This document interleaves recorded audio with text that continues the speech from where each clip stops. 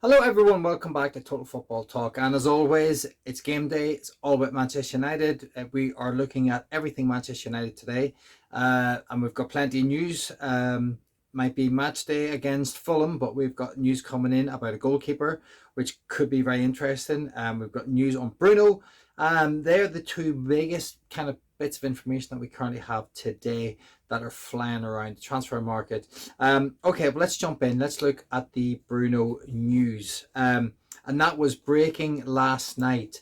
And this was coming from Indy Kyler. We're talking about it. And it was Ittihad have shifted their attention to signing Bruno Fernandes. They've opened up negotiations with him over a potential move.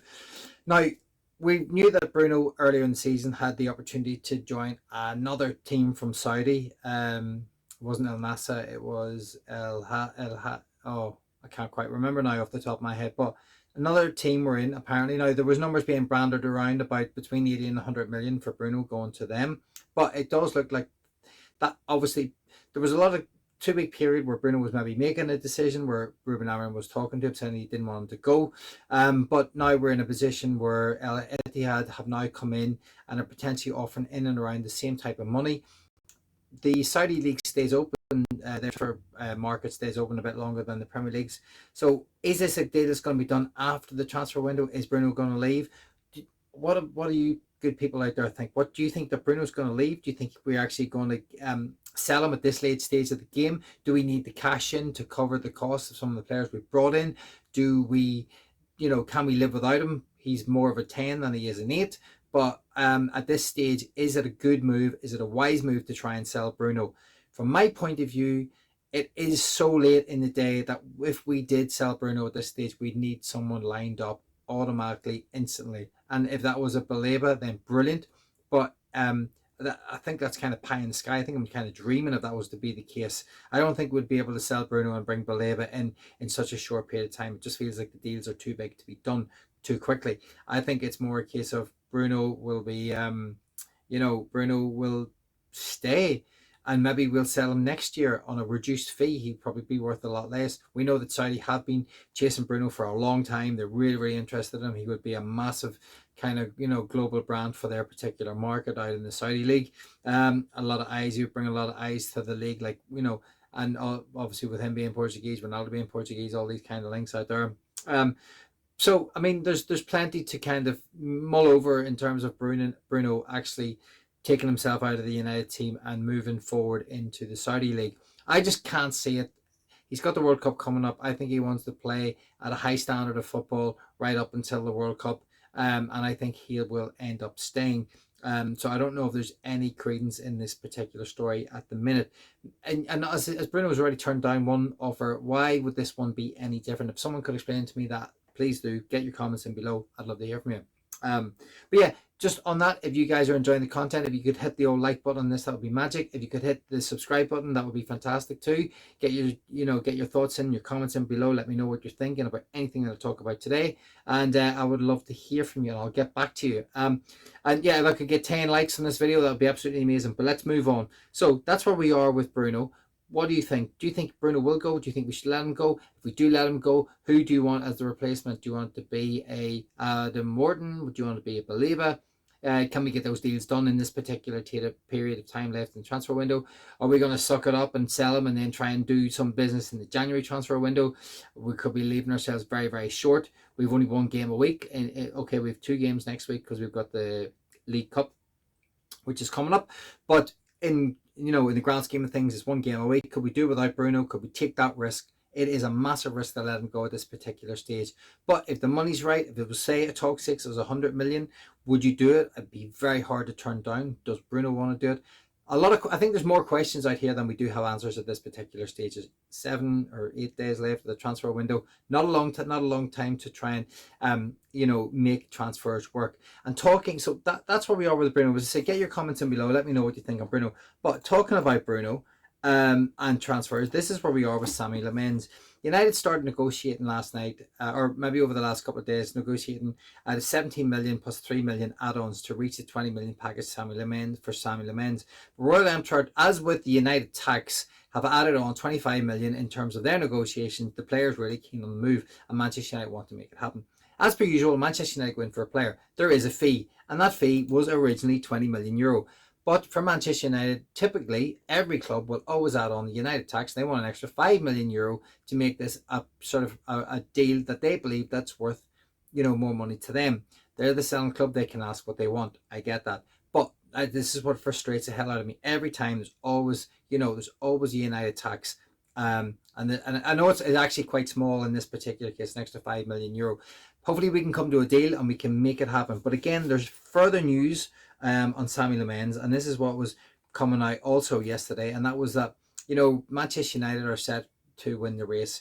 A deal has been lined up for 16 million plus add-ons. Galatasaray made 11th hour bid to try and steal the goalkeeper, but he wants to join Manchester United. So once again, Manchester United have had that all season, bar the Delap one, which I think Delap was a little bit undecided, but all the players that we've brought in so far, we want them at the club. They want to be at the club. We know that Cunha wanted to be here and Boomo wanted to be here. Sesko chose us, and he said his dream was to play for Manchester United. And now we've got Senne Lammens, who has chosen Manchester United. And I think that speaks volumes for Ruben Amorim, for the project that he's working on, for the fact that we don't have European football and these players are still wanting to come to us. Absolutely fantastic. Leaves me in a really hopeful mood. And, I'm encouraged by this. There are a lot of encouraging signs. There was a lot of encouragement last week at the match against Arsenal, but that's all it was. Only encouragement at this particular stage. Whether the encouragement leads to other good things, great things, goals, wins, and the Manchester United fan base starting to enjoy the football that we want to see, and pushing up the league. That's what's next on the plate for us that needs to happen. But Senne Lammens is looking good, and there was also another little bit about the Senne Lammens thing. I came bring it up here. My computer's playing. But yeah, Senne Lammens, this was coming from Jamie Jackson this morning. Manchester United are expecting Senne Lammens' move to become official imminently. Lammens will miss Royal Antwerp's match against Michelin today. So Senne Lammens is not playing. He's not in the team today. And usually what that means is, in this particular stage, if a player isn't in the team and there's a transfer deal going through, 9 out of 10 times, the player will come to the club that is chasing him at this particular stage. That's us.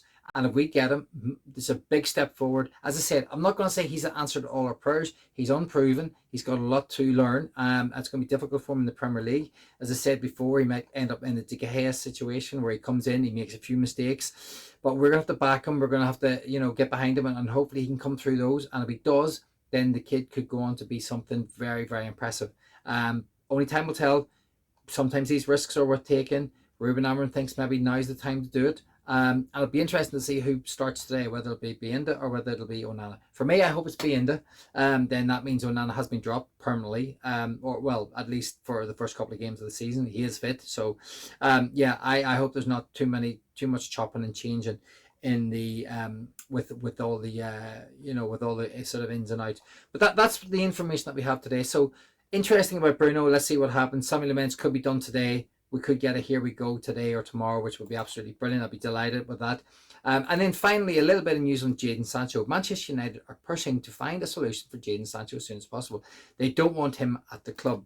Now, as I said before, I'm not going to go into it. Jadon Sancho, that's not really an update from Fabrizio Romano. We already know that Manchester United want Jadon Sancho out of the club. He's taken up a massive wage. I don't think the kid wants to give up his wage. I think he just wants to take it for another year so he can go on a free and he can make his own choices next year. I cannot, he's going to miss a full year of football if that's what happens. Maybe we can get a loan fee. Maybe we can get him out on loan with, a loan fee on top of that, save some of the wages and maybe make a little bit of money that way.